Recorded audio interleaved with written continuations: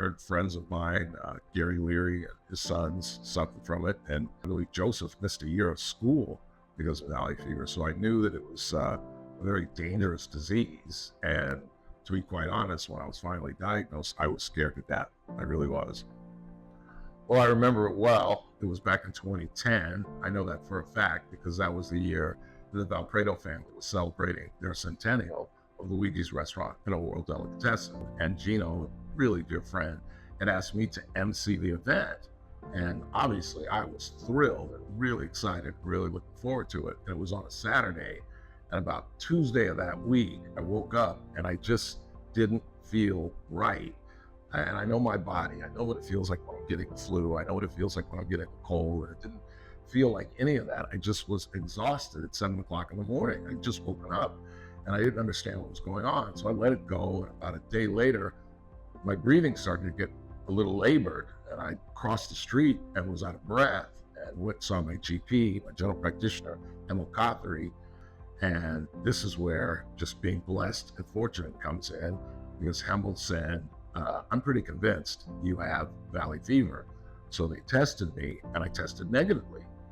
And he said, Ralph, I'm still convinced and I'm going to bring in a specialist.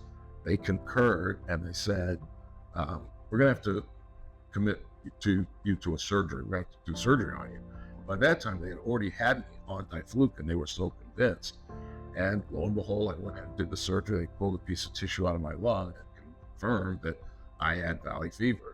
And that's when the fear really set in, because I'd heard so many cases of people getting meningitis and spreading throughout your body, and people missing a year of work or school and just not being able to get out of bed. And I was scared to death. The scariest thing I went through, though, was after the surgery. My good friend of mine, Mike Harrier, came to visit me. And he said, boy, you need to get up out of that bed. And so we took my IV thing and we went around the floor and I couldn't make it. I got about halfway around the floor and I said, Mike, I literally have to sit down.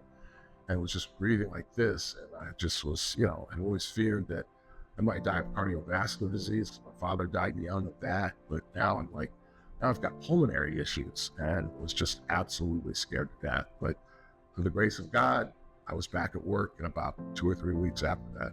Well, I talk about this a lot on my show. I beg my listeners to go see a physician on the regular, that at minimum, have your blood drawn. Something simple as that can give you all kind of indications of what's going on with your body.